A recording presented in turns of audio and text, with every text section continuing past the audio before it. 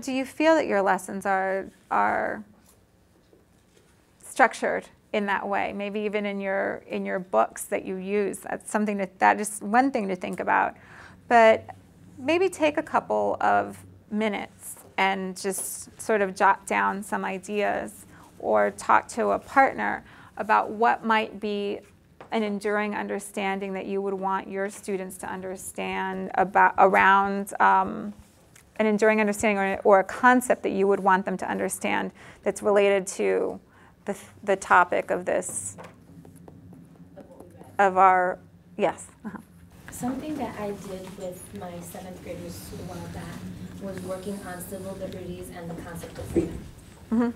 And so basically we kind of just brainstormed what make, if since you consider yourself free, what rights do you have, what freedoms do you have? And so they talked about freedom to have the right for education and freedom of speech. And so we made a list of different kinds of rights and freedoms, and then we put them into categories: educated, non-educated, ethnicity, male, female, and then sticking to the idea of the American Revolution, and I'm going to link it to this in a second.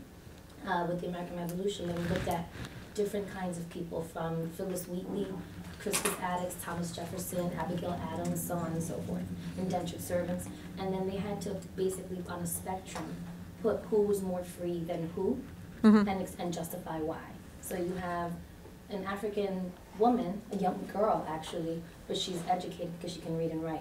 So is she more free or less free than the indentured servant who happens to be white, but is basically indentured for gosh knows how long and is not educated? So with that same idea of then civil liberties and the idea of freedom, so when Puerto Rico is colonized and it's basically annexed, then the people there, how free are they today? What are their liberties? Because, for instance, even today, they can't vote for the president, but they are considered citizens in a sense.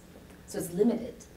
So that idea, I don't know how to phrase it yet for 7th or 8th grade, but that's what I'm going to work on.